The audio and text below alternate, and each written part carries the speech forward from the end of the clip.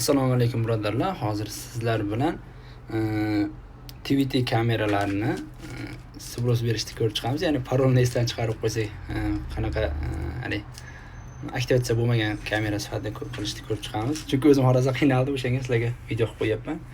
Hop, buning uchun mana IP Manager Tools degan ilovadan mana hozir bir boshdan qilyapman. Mana bu qanamishga mana not bo'lib turganlari, not activate bo'lib turganlari shu hozir qilib bitirib bo'lganlar. Hop, endi mana bu masalan orqa hovli deganni bitta bosamiz va mana bu joyidan tepadagi MAC adresni kiritib chiqamiz. 58 5 B 69 26 77 0 D.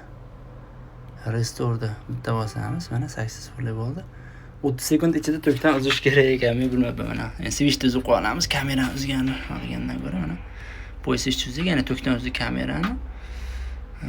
Va mana qayta uladik.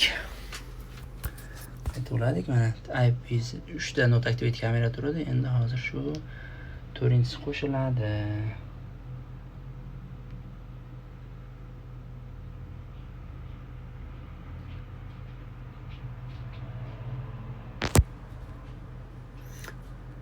Xo'sh. Mana bu joydan aktivatsiya bo'lmaganlarni qilsak, mana 4 ta bo'lib qoldi. Yana pastda 5 ta aktivatsiya, 5-inchisi qo'shildi. Shunaqa qilsak bo'ladi. Rahmat e'tiborlaringiz uchun. Sog' bo'ling.